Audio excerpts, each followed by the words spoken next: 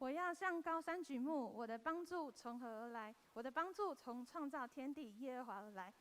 哈利路亚！我们一起来赞美我们的神。不管你坐在哪里，请你起来好吗？我们一起在这动荡的时刻，我们依然赞美我们的神。我们一起来拍手。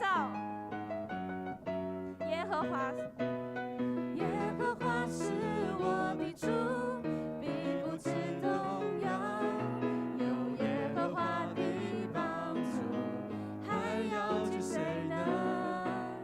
耶和华是我牧者，必不致缺乏。有耶和华作我旌旗，必全然得胜。我们再从头来唱。耶和华是我的主，必不致动摇。有耶和华的帮助，还要惧谁呢？耶和华是我牧者，必不致缺乏。有耶和华作我旌旗，必全然得胜。是我的盾牌。耶和华是我思维的盾牌，是我的荣耀，又是叫我抬起头的神。一宿虽然有哭泣，早晨我们必欢呼。你是我的磐石，我的帮助。哈利路亚！神是我们的帮助，阿们吗？阿门。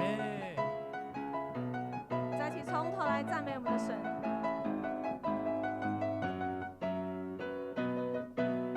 耶和华是我的主，必不致动摇。有耶和华的帮助，还要惧谁呢？耶和华是我牧者，必不致缺乏。有耶和华作我旌旗，必全然得胜。耶和华是我思维的盾牌，是我的荣耀，又是叫我抬起头的神。一宿虽然有哭泣，早晨我们必欢呼。你是我的磐石，我的帮助。耶和华是我思维的盾牌，是我的荣耀，又是叫我抬起头的神。一宿虽然有哭泣，早晨我们必欢呼。你是我的磐石，我的帮助。一宿虽然有哭泣，一宿虽然有哭泣，早晨我们必欢呼。你是我的磐石，我的帮助。感谢上帝成为我们的帮助。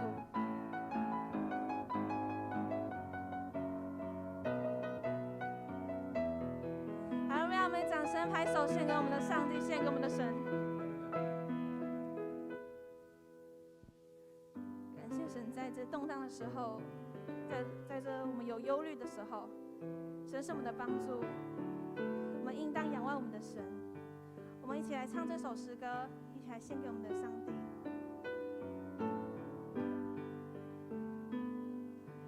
我的心啊，为何忧闷？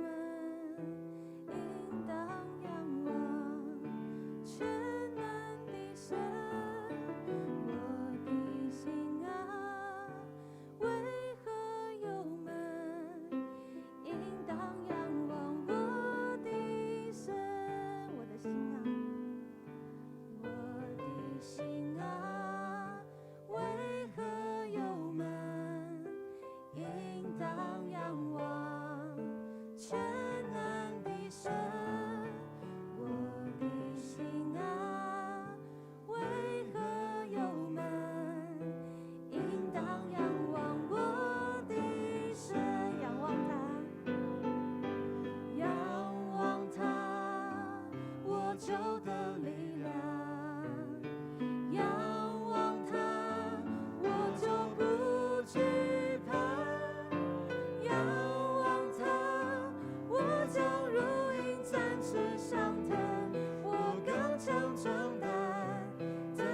重新得力，再一次仰望，仰望他，我就得力量。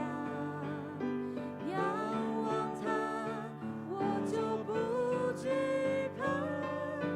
仰望他，我将如鹰展翅上腾，我刚强壮胆，再次重新得力。我的心啊，为何忧闷？应当仰望全能的神。我的心啊，为何忧闷？应当仰望我的神。仰望他，我就得力量。仰望他，我就不惧怕。仰望他，我将如鹰展翅上腾，我刚强壮胆，再次重新得力。仰望他，我就得力量。仰望他，我就不惧怕。仰望他，我将如鹰展翅上腾，我刚强壮胆，再次重新得力。我的心啊，为何忧闷？应当仰望全能的神。我的心啊，为何忧闷？应当仰望我的神。应当仰望我的神。哈利路亚！我们应当仰望着我们的神。主知道现在非常的不平静，我们相信神可以医治这地，因为他掌权。我们一起来唱这首诗歌，希望神赐予给我们平安，赐予给我们健康。主感谢你创造这土地，以永恒话语赐下无限生命，用恩典的馨香气息祝福这地，我们全心跟随你来。主感谢你创造这土地，以慈爱浇灌，以喜乐耕耘，用无数的白昼黑夜孕育这地，舍福的人情，感恩的心情，现在都自愿以基督的心为心。主求你充满我们来自这地，痛苦疾病要过去，神迹在运行。主求你充满我们来转化这地，黑暗权势要离去。主求你充满我们来自这地，全地看见你荣耀，你复兴降临。主求你充满我们来转化这地，全力尊荣你生命，为你而站立。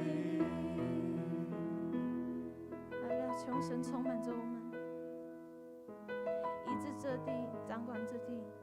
我们在一起从头来唱。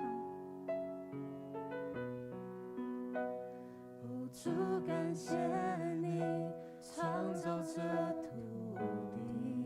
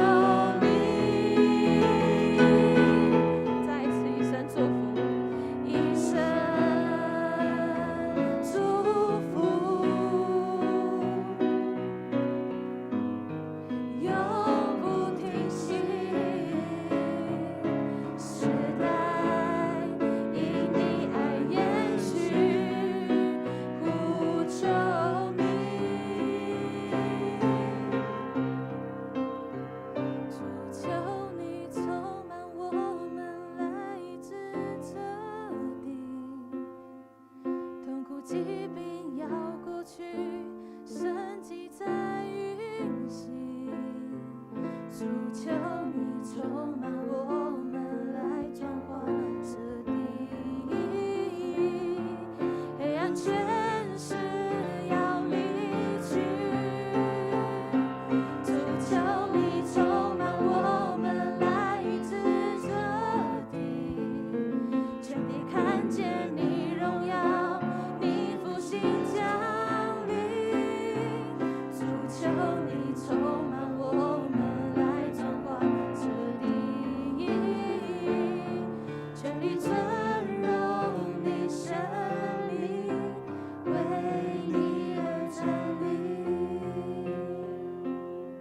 全力尊荣你神灵，为你而站立。弟兄姐妹，我们一起来祷告。主，我们得救是在乎盼望，在乎盼望你。主啊，你说只是所见的盼望不是盼望，谁还盼望他所见的呢？但我们若盼望那所不见的，就必忍耐等候。主啊，况且在我们的软弱中有圣灵的帮助，我们本不晓得怎么样来祷告，只是圣灵亲自用说不出的叹息为我们祷告。主啊，你鉴察我们的心，主你圣灵照明我们心中的眼睛，让我们明白我们在忍耐等候盼望的是什么。主啊，你又在接下来的话继续说到，你说我们晓得万事都互相效力，叫爱神的人得益处，就是按他旨意被召的人。主啊，谢谢你在这样的一个时刻里面带领我们来到你的宝座面前，来到你的圣殿当中。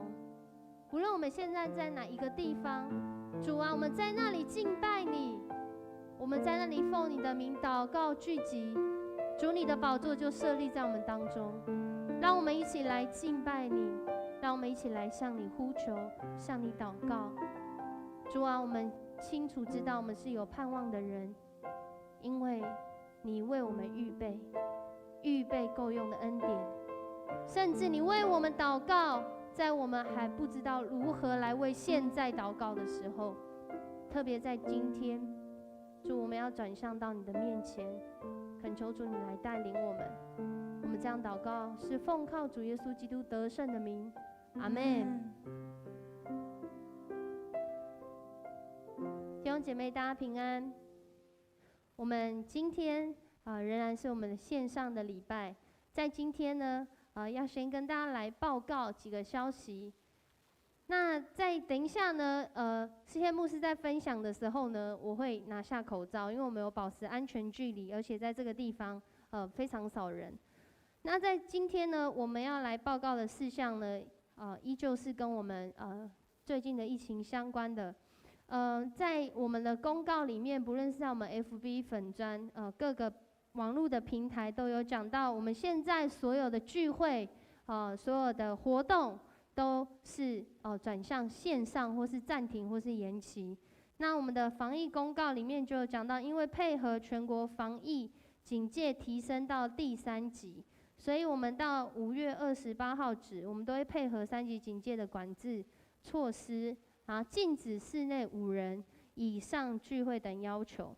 那我们从今天开始呢，教会是暂停开放的，停止所有的实体聚会活动，除非必要，那就请兄姐先都不要来到教会。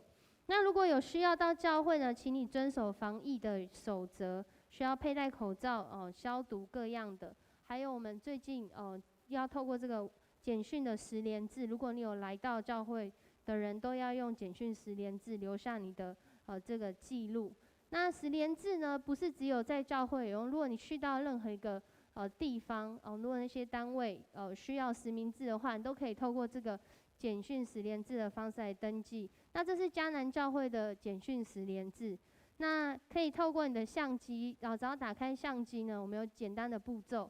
那左边那个应该说 PPT 右半边左边那个小图，就是你打开相机照下那个照下 QR code 之后呢，它就会跳出来叫你要传简讯给1922，那不是诈骗，那是叫你实联制登记的意思，所以你就按传简讯就可以传过去。那如果你没有相机的人，就是手机没有相机，或相机不小心宕机或坏掉，你可以用右边的右边下面有这个迦南教会的代码，那输入这个代码传送简讯到这个1922的话，你也可以完成这个实联制的登记。那我们在教会的报告里面呢，有很多项有一些是重复的，那我会讲一些重点。那基本上呢，在6月8号之前呢的实体聚会全部都是暂停的，不管是对外的活动，还是教会内的活动，还是我们教会内的聚会。那我们暂停不是停止，而是改成线上。所以我们在跟我们的小组员讲，或是在跟我们的每个牧区的弟兄姐妹分享的时候，教会不是关门，在教会是转成线上，要跟大家来分享这个概念。我们暂停实体聚会，但是我们仍然进行线上的聚会。那第3点呢，主日阿嘎培小组在6月8号前暂停实体聚会，所以他们用赖群组方式来进行。在主日的5月23、6月6号12点到1点是他们的赖领袖小组的时间，这是阿嘎培的部分。那成人的领袖小组呢，在6月8号前是暂停实体聚会，用赖群体的方式来进行，会在5月25跟6月8号周二的晚上8点。在赖的群组来进行，那请大家呢准时上线一起来聚会。那教会的各项聚会呢，在第6点的地方，各牧区小组呢，现在请大家鼓励用赖群组的方式来进行线上聚会。那我们呢也有核心同工、全职同工也有给出一个这个跟牧区一起合作，给出一个这个线上聚会的小配播，然后是一个影片。那透过领袖群组或透过我们的小组群组传给大家，可以用这样的方式，我们一起来小组。那在第9点的地方呢，教会的场地现在都是暂停出借的哦，就是现在都不能实体聚会。然后第10点呢，鼓励各位兄姐呢，我们在这段的期间仍然需要我们一起来奉献各样的奉献，来支持教会的事工。来支持什么事工呢？支持网络事工，支持我们线上正在做这些实体的聚会。特别在这个时候，我想人心惶惶，更需要从教会的这样的一个管道来将神的话语带到世上。所以我们不只是要一起来用金钱来奉献教会，我们也用实体的做法，就是你可以透过你线上的管道来就可能成为一个事工，或者成为一个小组，你们来祝福教会，来祝福这地的百姓，让大家可以透过你的手机，透过你的这些讯息，然后收到从上帝来的话语的支持跟鼓励。那我们邀请大家，如果要线上奉献的话，就可以用转账的方式，让或者是你转账后呢，你要提供账号的后5码给会计干事，让他知道是谁奉献过来的。那我们在下主日5月30呢，会召开长执会。那我们长执会的方式呢，也是用线上的方式。那请各单位呢，要在5月28号之前提出 PPT 的报告。那我们调整的方式如下，就是长执会牧师的信息跟 PPT 的总档会在5月31点的时候 po 到长执群组。那如果各部有口头需要补充的事项，请你录3分钟的影片，也放在这个群组上面。那如果没有要补充，就不用录。那这个档案 po 出后，就是上传到长执群组。那也请长执看过之后呢，就用了解已读来回复，然后作为我们的出席记录。在这个不容易的时候，我们要开会，也是一个新的学习，邀请大家一起来学习。那在传道部的部分呢，文昌公园的这个服事也是待疫情稳定之后再通知恢复。那刚刚有讲到的奉献呢，我们可以透过教会奉献的账号进行线上的奉献。那完成转账呢，汇款请来电通知。那我们的这个教会的奉献账号呢，在 PPT 上面有。那如果呢，你需要知道详细，你可以来电来询问，或者是你可以上我的教会 APP， 那上面都有我们每一个礼拜的线上周报，可以在上面来查询。那我们青年牧区的部分，原定是今天要去这个户外的礼拜，那我们因为疫情的关系，我们也延期。那我们相关的活动呢，我们仍然在持续中哦。最近那个青年牧区，我们应该会有一些线上的节目。那如果你要知道我们有哪些线上的节目的话呢，就请你加入我们的 IG 账号 CNGH49，在里面呢，我们近期内会有好玩的节目，邀请大家一起在信仰上面来深造，也在生活上面来连结。那我们在青年牧区培选学员的部分呢，以上社区相关的活动呢，跟牧区连结的活动都是暂停的。那虽然实体的是暂停的，可是我们课程相关的动态仍然在持续当中，所以你可以上我们的 Passion Star 2021里面来关注、来跟进。那我们在接下来是灵命事工组的这个分享。周三祷告聚集也是改成线上直播。那我们每一个月的第4周是祷告见证会，那其他周数呢，是我们有一个祷告聚集，目的是要培养祷告的门徒。那我们聚会的形式呢，是敬拜，内容导引、操练、见证，时间是8点到9点半，邀请大家在这个时刻里面，我们一起来线上的祷告会哦。那原定5月26的祷告见证会改成线上的祷告会，那第8区的祷告见证会就顺延到6月23。然后在社区事工的部分呢，德福关怀据点因为社会局发文指示，所以也是6月8号之前都是暂停。那6月8号之后就看疫情的情况，再跟随这个中央的指示来调整。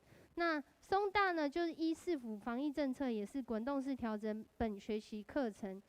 暂停到6月8号之后，再看到时候的情况再做调整。那这是我们的报告。好，我们一起来读2次，今天的金句哦。请，我的心啊，你为何忧闷？为何在我里面烦躁？应当仰望神，因我还要称赞他。他是我脸上的光荣，是我的神。诗篇42篇11节，再次哦，我的心啊，你为何忧闷？为何在我里面烦躁？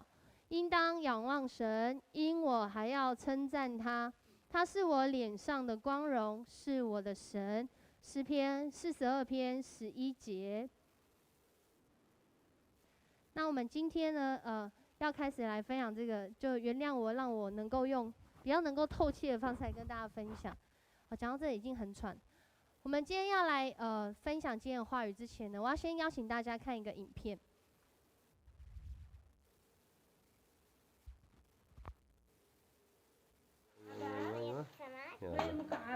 هذول لها يلا هذه إلك ولا سارة العبوا مع بعض عشان تتسلوا. هي بدها 2 وهي طبعا كيس المكسرات والأغراض. أشوف يلا نلعب أنا وهلا. يلا نقعد هيك يلا. كيف تشتغل؟ هيك نفتحها هيك. شوف إيش كيف تعمل هذه. يا عيني سيد أشوف. والله أنا فزت. فزت واحدة. يا عيني والله أشوف. يلا سارة يلا سارة مين يلا ايش يا سارة مالك؟ يلا هلا شاطرة هلا. هلا ايوه هلا فازت. هاي 2 هلا 2 يلا نشوف مين كمان. يلا صار لسه واحدة يمكن لسه صار. ايش مالك؟ هلا في صوت طيارة تخافيش. العبي خفيش خلاص تعال خلاص يا سارة خلاص يا بابا خلاص。我们看到这影片的时候，你看到什么？我想有些人会以为这是因为需要待在家不能出门，5人以下进入到这个疫情的标准，所以大家必须被规定待在家。但在今天的这个影片里面，其实是一个父亲。这个父亲他叫曼西，他常常在 YouTube 上面 po 影片 ，po 他跟他女儿在家里的互动。但是，这是5月12日在 YouTube 上面放的一个影片。一开始他就讲到，这是一个9分多钟的影片。一开始他讲到说，孩子因为一些事情开始觉得心情很低落，他们还去了市场买了玩具，然后给这个孩子。结果在玩的这个过程当中，这是什么事情呢？就是最近以色列轰炸加萨走廊轰炸巴勒斯坦的新闻的故事。在这个影片冒出的2天之后，这个曼西他就死了。在这段影片当中，这个是曼西他安慰他的女儿的最后的画面。所以有很多人在这件事情发生之后，纷纷在推特上面发文表示哀悼，而且盼望以色列跟巴勒斯坦地区的这些冲突可以赶快落幕。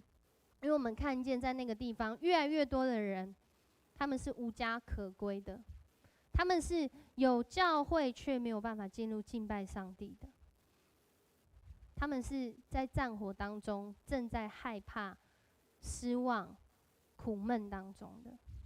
我想在这个礼拜的台湾，也就是我们很多的人，你应该也正在这样的情绪里面。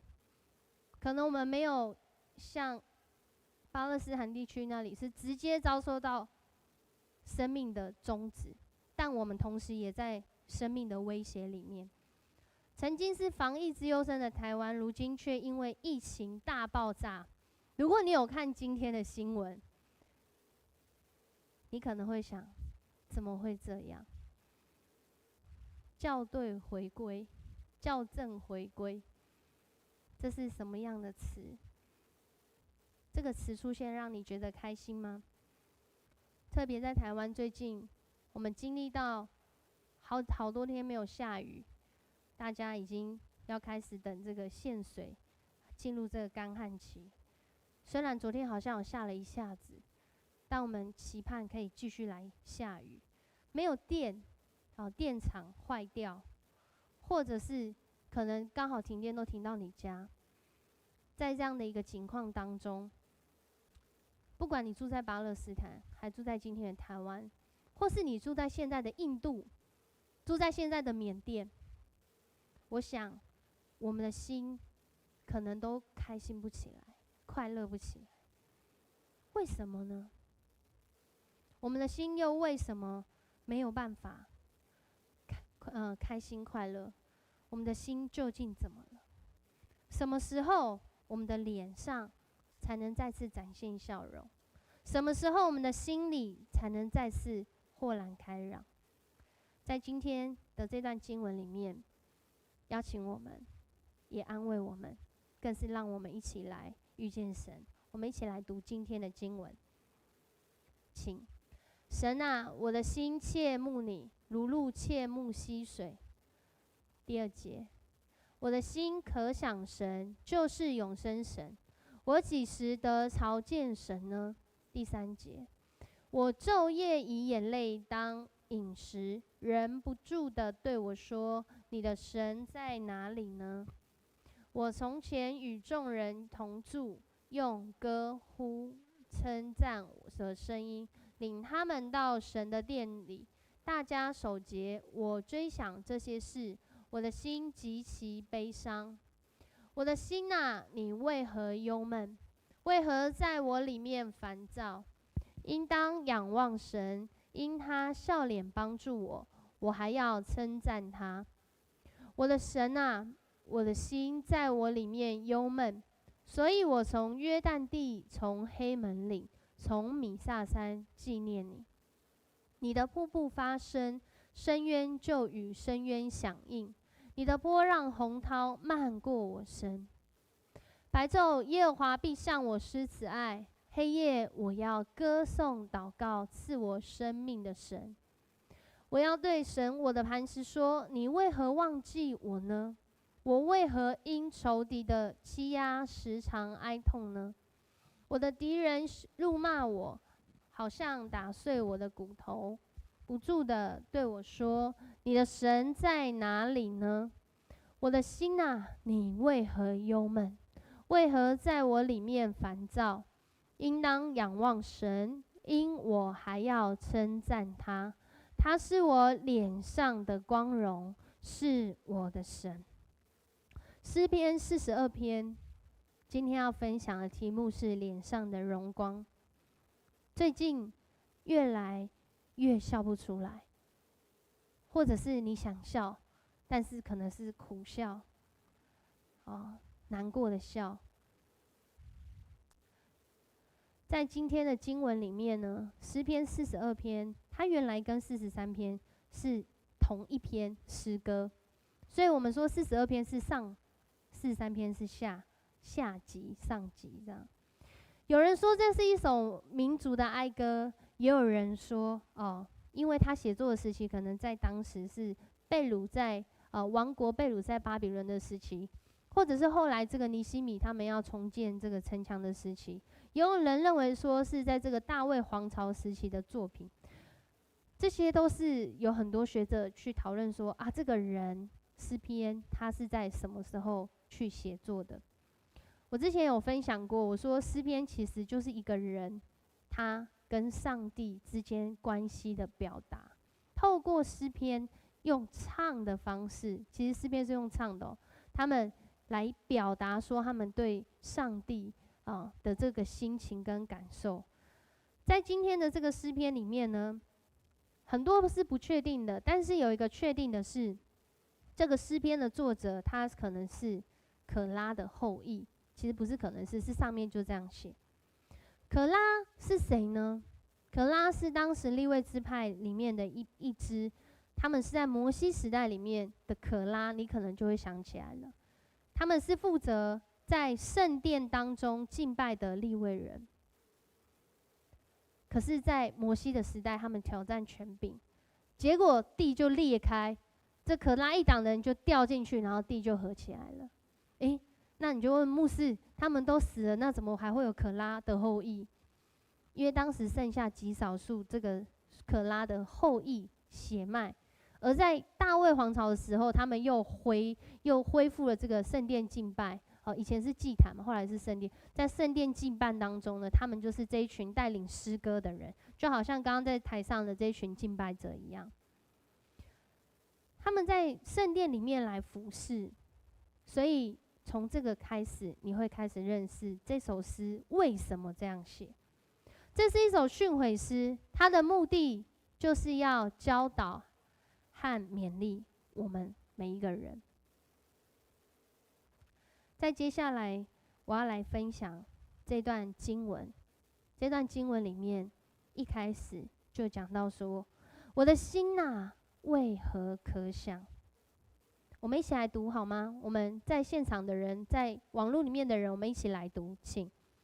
神啊，我的心切慕你，如鹿切慕溪水。我的心可想神，就是永生神。我几时得朝见神呢？我昼夜以眼泪当饮食，人不住地对我说：“你的神在哪里呢？”我从前与众人同住，用欢呼称赞的声音领他们到神的殿里，大家守节。我追想这些事，我的心极其悲伤。在今天的经文当中，这个人他给我们第一个画面，就是好像一只鹿，一只鹿，它很想要喝水，已经口渴到不能再渴了。这可以跟当时另外一种动物来做比较，就是骆驼。骆驼是可以非常多天不喝水的，可是鹿呢，只要一天不喝水，它就准备要死了。今天这位诗人就是用鹿来比喻，他口渴到一个程度。他口渴的这个对象是谁呢？也就是这位上帝。因为这个人他过去是干嘛的？我刚刚有说，他过去是一个在圣殿中敬拜的人，可是如今呢，他不能在圣殿中敬拜了。他回想到他过去的职分，他过去的职分是他把人带到上帝的面前，他们在那里诗歌，在那里颂赞，在那里感恩，在那里认罪。可是今天就像我们一样，今天现在还有1、2、3、4，我们还有4个人可以在这个圣殿中带领大家来敬拜，一起听上帝的话语。可是这个诗人他没有办法。原来习惯在做的事情，原来渴慕在做的事情，今天没有办法做了。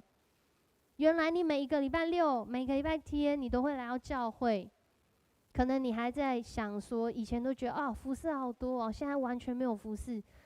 然后等到1年后，如果都没有服事，我想你的心可能会跟他一样。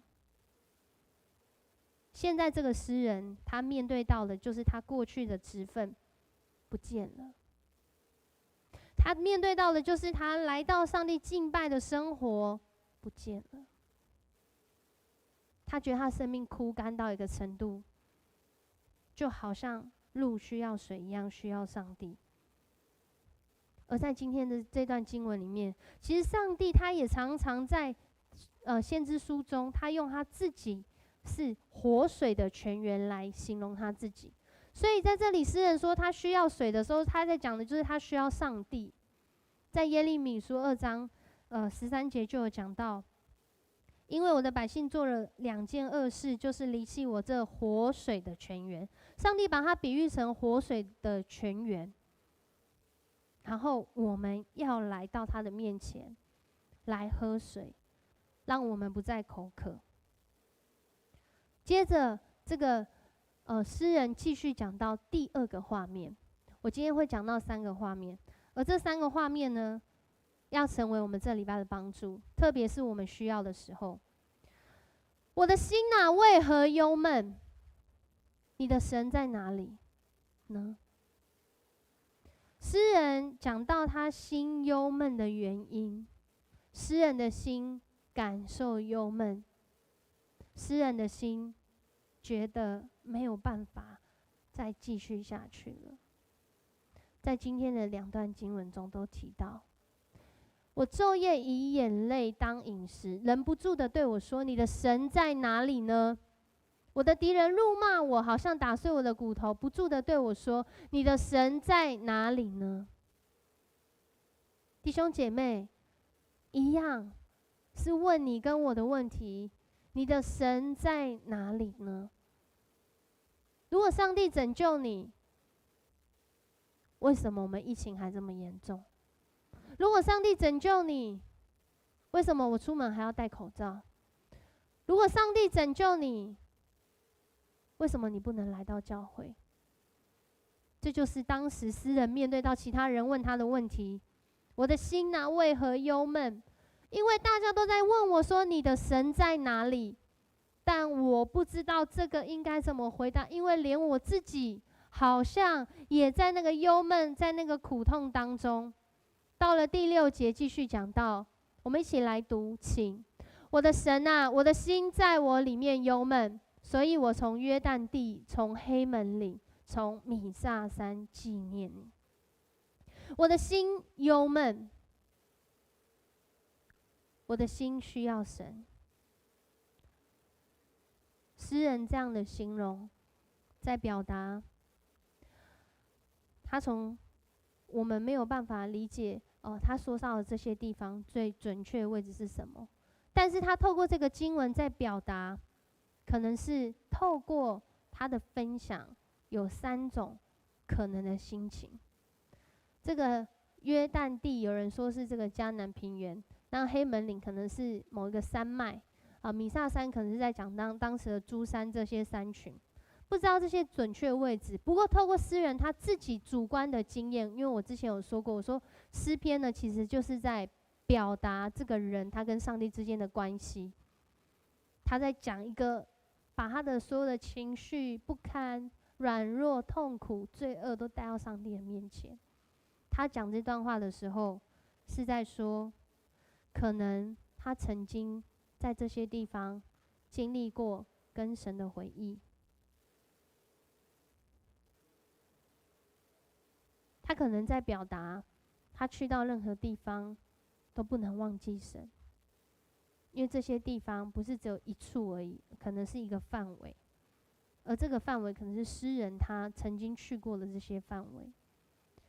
他在表达他对上帝切慕的心情，可是却遥不可及的感受，因为这些是一个地界的代表。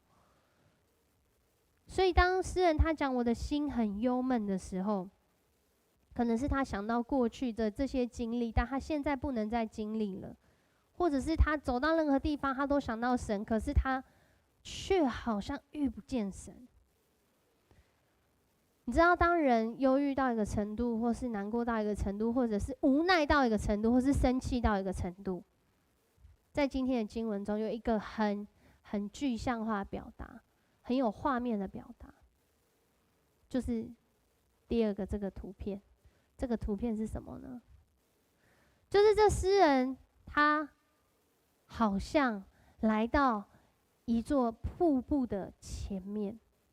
他说：“你的瀑布发声，深渊就与深渊响应；你的波浪洪涛漫过我身。”如果我们去过瀑布，我们就会知道，站到正前方的时候，或是旁边的时候，特别是很大的瀑布，那个瀑布水流下来的时候，声音是很大的。深渊与深渊响应，那个声音是不断的出现。可能你现在内心就是忧伤，不断的出现，恐慌不断的出现。疫情每次只要看到那个确诊人数上升的时候，那个害怕不断的出现，或者是你每一天都待在家里，好无聊哦，无聊不断的出现。这时候诗人他的心情就是这样。而这样的一个忧伤，这样一个负面的感受，或者是这样一个觉得自己是这样在流亡在外，因为他没有办法回到圣殿啊，这样的感受好像那个波浪。如果你有去游过泳，我就有好几次在那个游泳的时候，我被误会，因为牧师是原住民，很多人都以为我很会游泳，可是我游泳其实是学来的。然后在我还不会游泳之前呢，我的家人都以为我会游泳，所以我们去游泳的时候，他们都没有理我。虽然我这样讲，现在是直播，明天是录影嘛，那可能大家会觉得好恐怖，就是牧师他们家怎么了？但是我就曾经有溺水的经验，在海边的时候，那个水就这样子一直盖过你的头，一直盖过你的头，一直盖过你的头，然后最后有人拉我的手，把我拉起来。诗人现在的感受就好像那个是一直被海水盖过头，或是溪水、河水、各种水的感受。在这段经文里面，他描述了可能是他正在外在环境里面的压迫。或许你现在没有工作，这种是一种压迫因为疫情工作太多也是一种压迫。不管哪一个，只要失去了平衡，让我们的生命进入到那危险，或者是不安全当中的时候，人会感受到压力、压迫。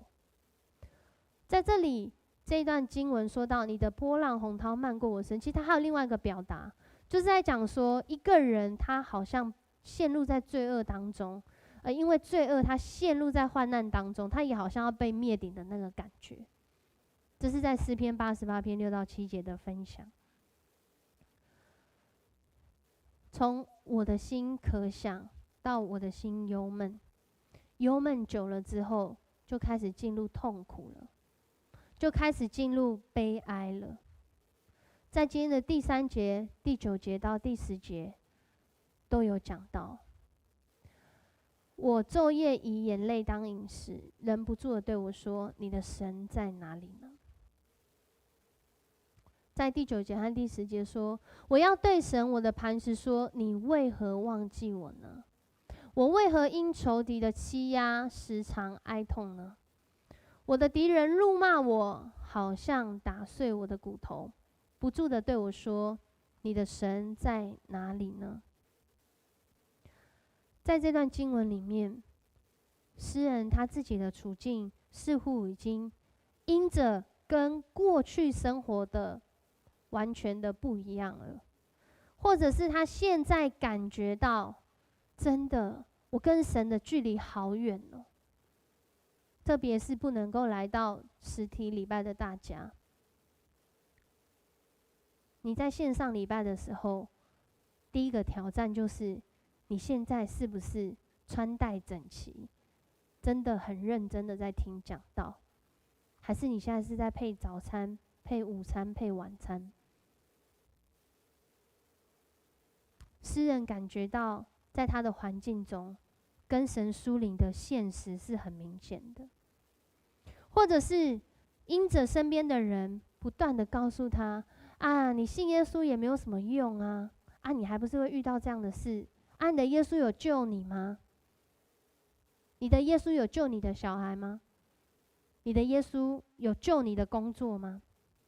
可能你会因为人的言语在情绪上掉落到深渊当中。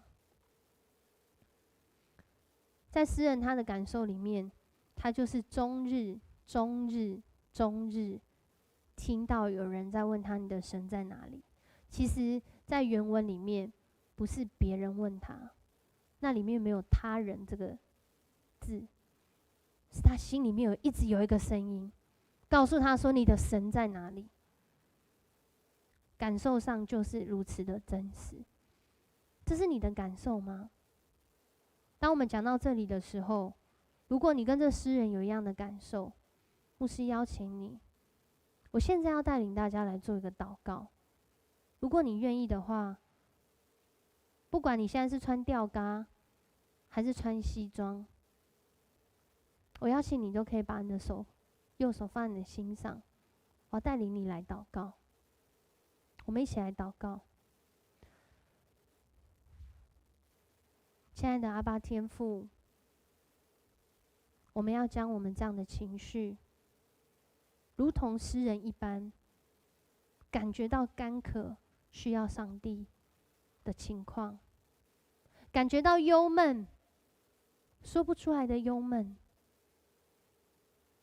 感觉到自己的生命正在那哀痛当中。我们还要这样多久呢？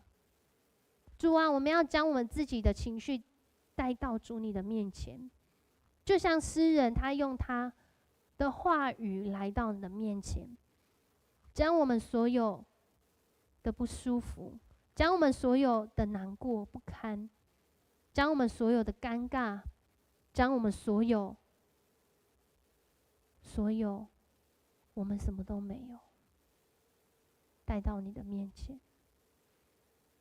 主啊，因为这个诗人就是在这样的时刻将他自己交在你的面前，然后我们要仰望主你的恩典。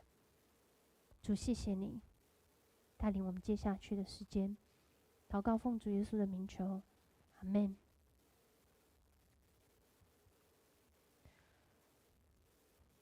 这就是第5节。好，继续再来分享。有些人会觉得，牧师，你刚刚带我们祷告，我最近在每个礼拜每一天里面我都祷告。可是祷告之后，我发现一件事情，其实我就是那种比较容易焦虑的人。很多人都会问一个问题：祷告了又怎么样呢？祷告了，疫情还是在外面越来越严重；祷告了，这个疫情的高峰还是在。祷告有什么用呢？今天牧师就是要告诉你，祷告之后，我们是对齐在上帝的心意里面，然后我们要持续活出神心意里面我们应该活出的生活。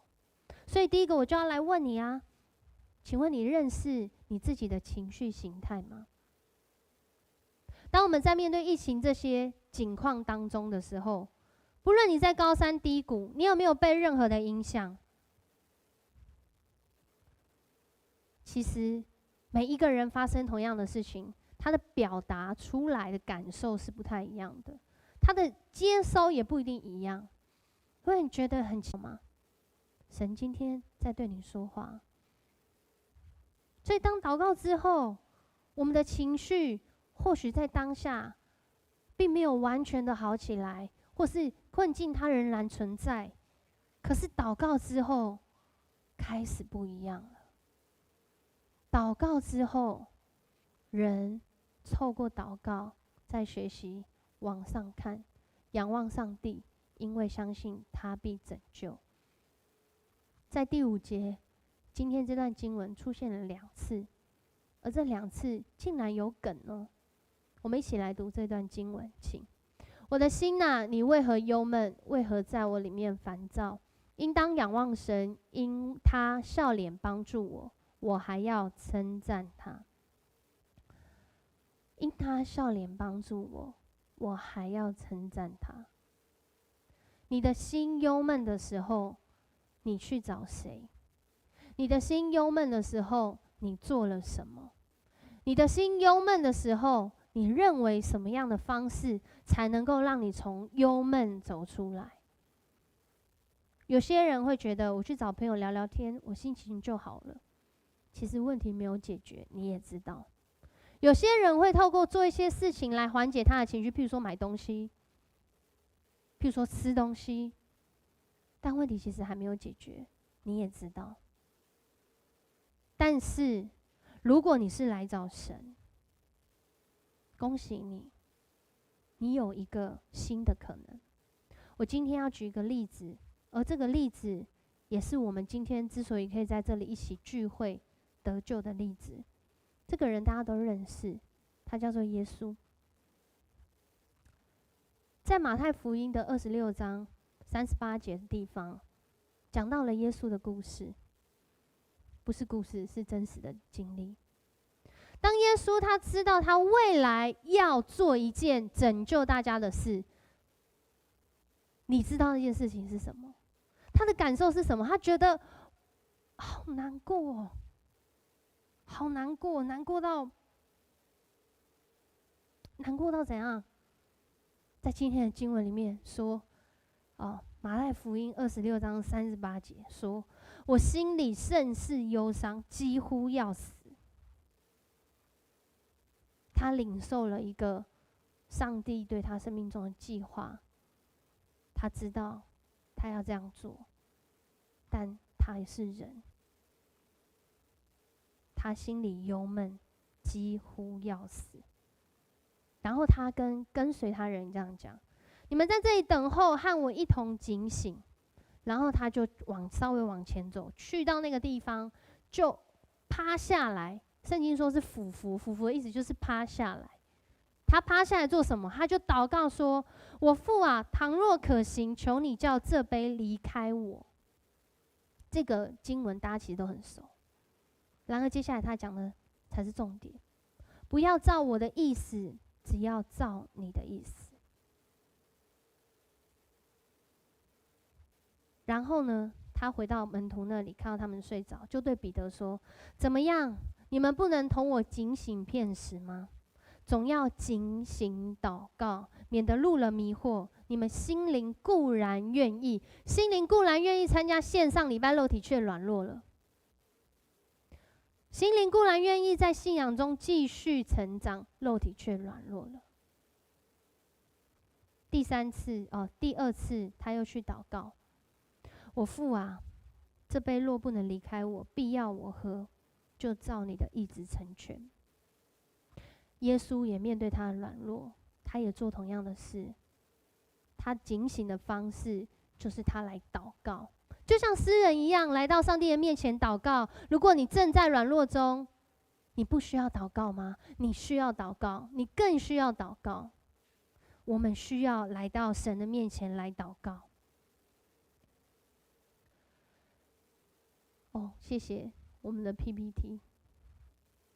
耶稣面对他自己人生当中的苦悲，或许你正在苦悲当中，他选择他顺服上帝的旨意，他相信上帝的应许。他没有告诉上帝说：“上帝，你可以透过这个方式来救，你可以透过那个方式来救啊。”没有，他没有要上帝活出他的期待，而是他把他自己投入在上帝对他的期待当中，投入在上帝对他的拯救计划里面。弟兄姐妹，我们正在神的拯救计划里面。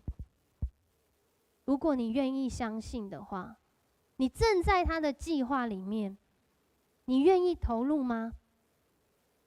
还是你要上帝符合你的期待，而不是你成就他荣耀的计划？耶稣顺服了，所以他成就了上帝荣耀的计划。后来在希伯来书的地方就写到，基督在肉体的时候，他大声哀哭，流泪祷告，他恳求那个可以救他不用死的主。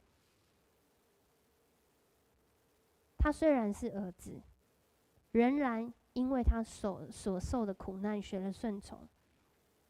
他既得以完全，就为凡顺从他的人成了永远得救的根源。弟兄姐妹，你想得救吗？你想脱困吗？神不是只有带你的情绪恢复，他更是能够拯救你从那个困境中脱困，因为他是永远得救的根源。只要我们顺从他，这是今天经文希伯来书里面写的。而耶稣他就自己成为那个大祭司，献上一次而永远的祭，让每一个人我们都可以来到上帝的面前。所以仰望上帝，你会得拯救。耶稣为我们做了最好的示范，而且他得了荣耀。仰望上帝，他必听见。在今天诗人他的祷告里面，他讲到：白昼耶和华必向我施慈爱，黑夜我要歌颂祷告赐我生命的神。我要对神我的磐石说：你为何忘记我？你为何因仇敌的欺压时常哀痛呢？我的敌人怒骂我，好像打碎我的骨头，不住的对我说：你的神在哪里？其实他的祷告就是他在讲，他在打小报告，他在跟上帝说：你看我发生的这些事情，我有够衰，我安怎，我安怎，就是这样。弟兄姐妹，祷告不是那个很神圣，好像要说出非常厉害的词汇才是祷告。祷告是我们真实的来到上帝的面前，我们来遇见他，认识他对我们的心意。我们也将我们自己的苦难带到他的面前，将我们自己的好处带到他的面前，将我们自己的感恩带到他的面前。长老会的祖先这个加尔文他就讲过，祖先前辈信仰前辈，他写了这个诗篇的注释。他在诗篇的注释里面，他对诗篇下了一个定义。他说诗篇呢是整个灵魂的解剖。你看诗篇的时候，你会觉得你好像被解剖，很赤裸，因为里面有骂人的，心里想要杀人的，心里痛悔的，心里不安的，心里忧闷的，你在诗篇里面都看得到。而加尔文他继续讲，他在讲诗篇，我们在祷告中所能得到的任何鼓励，透过诗篇都教导了我们。因为诗篇就是每一个诗人他跟上帝很真实、很真实的挣扎，很真实的对答，很真实的告诉上帝他对上帝的认识。所以我们也看见，我们今天在读这篇诗篇里面，或许这是你的心声。而在后来呢，这位加尔文他写了另外一个马太福音的注释，他就在这本注释书里面写了一段话，他说：祷告能够提醒信徒去寻求神，透过默想神的应许去实践信心，并且能够帮助他们从焦虑中得到舒缓。哇哦，几百年前呢，就得到这么跟现在这么接近的分享，让我们透过默想神的应许去实践信心。原来我们有信心，不是因为我们真的能够做什么，或者是我有什么样的得救经历，所以我能够做什么，而是我们不断的默想神的应许，它发生在我们现实的生活当中，所以你能够不断的经历新的见证。没有实体聚会之后，线上聚会也会有见证啊！你每一天的生活就是见证啊！你每天睡醒来，你有呼吸就是见证，不是吗？所以祷告神，仰望他，他必听见。神听我们的祷告，而仰望上帝，让我们时时的经历他的同在。在今天的第11节，我们一起来读一次。我的心啊，你为何忧闷？为何在我里面烦躁？应当仰望神，因我还要称赞他。他是我脸上的光荣，是我的神。你们知道这一段经文跟第5节其实是一样的吗？但有一个地方不一样哦。诗人透过这个祷告的过程，他他的心开始出现了改变，他的情绪形态被上帝塑造中。他原本以为他就是那个只要心情不好就很容易回不来的人，他原本以为他是在那个社会当中通常都是那个失礼而不是得体的那个人，却在他的祷告当中，他的情绪在转变。第5节的时候，他说：“因他笑脸帮助我，我还要称赞他。因为我遇见上帝的帮助，我要来称赞他。”可是到第11节的时候不一样了，他说：“因我还要称赞他，他是我脸上的光荣，是我的神。”这位原来帮助他的神，现在透过他的生命，映照出上帝的荣光，映照出在我们生命当中有一位神。这个顺序是这样的。当这位诗人仰望上帝，他经历到上帝用笑脸来帮助他。其实这个笑脸，他的隐喻就是在讲说，上帝的拯救，上帝的支持，上帝的临在，而我要称赞他。而当我们开始称赞神，当我们开始赞美神的时候，你会发现有一些人不知道为什么遇到生命再怎么样的苦处难过，他也是人，他不是故意或者是执意要一直很正向，假面的正向，不是，而是他生命经历了这位用笑脸帮助他的神，他脸上露出了从上帝来的荣光，因为透过他的生命，透过他的脸，他要让人认识这位上帝。所以当我们看见上帝的伟大，自然难处就缩小了。在今天的确诊案例当中，我们今天陈时中部长讲了一个新的名词，我想你下午2点如果看直播，你都会知道，讲到了一个词叫做校正回归。校正回归讲到确诊数，其实有可能还有很多例的确诊数在之前发生的，通通加到今天。但牧师要讲的校正回归是，你的情绪、你的生命、你的灵魂，都要校正回归到上帝的手中。因为我的心啊，它原来的原文就是我的生命啊，原来的原文就是我的灵魂啊，原来的原文就是我的情绪啊。这个字包含了很多的意思，你愿意让你的生命校正回归吗？承认我们都需要上帝，仰望上帝的荣光，圣灵要帮助我们。在今天也是圣灵降临的主日，求主帮助我们，让他的话语时常提醒我们。我们一起用这首诗歌来回应，也成为我们的祷告。基督徒不只是为我们自己活，我们也是在这地上为众人活，成为这每个人的见证。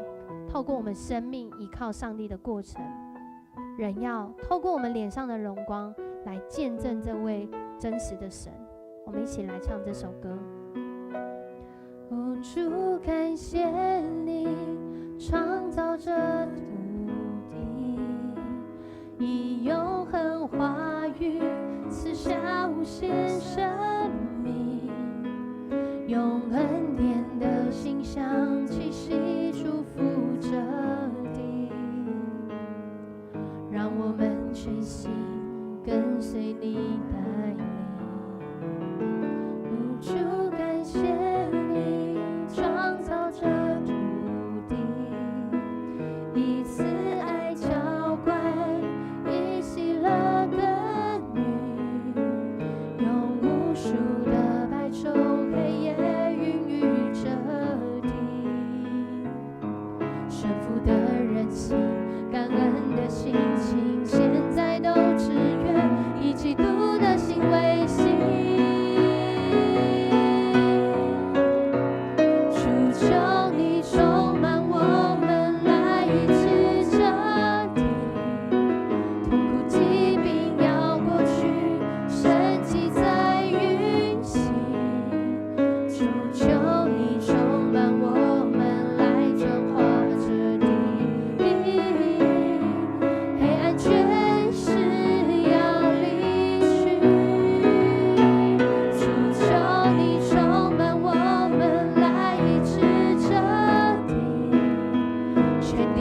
见你荣耀，你复兴降临，主求你充满我们，来转化这地，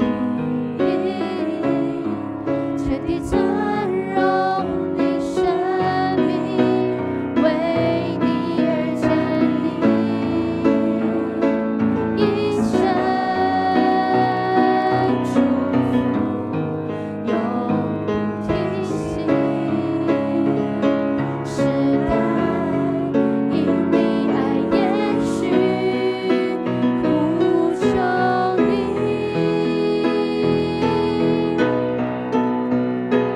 一生祝福永不停息，时代因你爱延续，呼求你，主求你充满我们，来医治这地，痛苦疾病要过去，神迹在运行。主求你充满我们，来转化这地，黑暗权势要离去。主求你充满我们，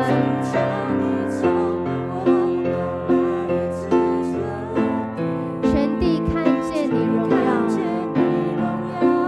你复兴降临，主求你充满我们，来转化这地，